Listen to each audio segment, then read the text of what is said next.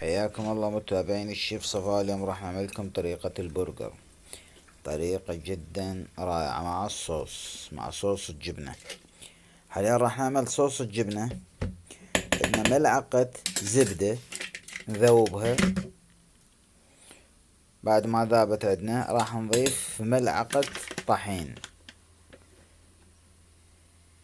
ملعقة طحين نخلط بيها لمدة تقريبا دقيقة، نخفقها لمدة دقيقة على مود نضيع طعم الطحين مع الزبدة، ونضيف لها نص كوب حليب، ونرجع نخلطها لمدة دقيقة حتى يصير عندنا صوص نفس هذا اللي تشوفونه. حاليا راح نضيف جبنة مبروشة، اي جبنة متوفرة عندكم مبروشة نضيفها ونخفقها لمدة دقيقة على مود تذوب عندنا الجبنة.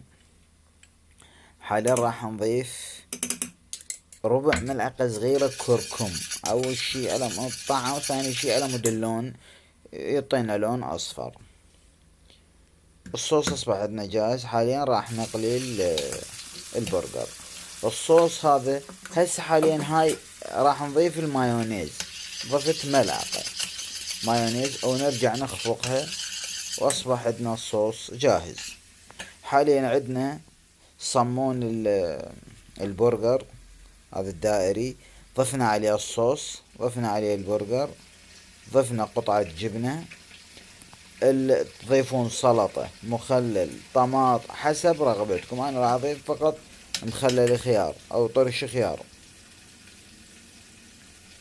نرجع نضيف الصوص ونضيف قطعة برجر، وبهاي الطريقة انا راح اسويها يعني 3 طوابق، يعني اضيف 3 قطع برجر، وانتو تسوون وحدة تسوون 2 براحتكم يعني، بس انا سويت 3 على مود التصوير يعني. هاي الطريقة نضيف الصوص، نضيف برجر. طبعا طريقة سهلة وسريعة، والصوص اتمنى تجربون، الصوص كلش طيب.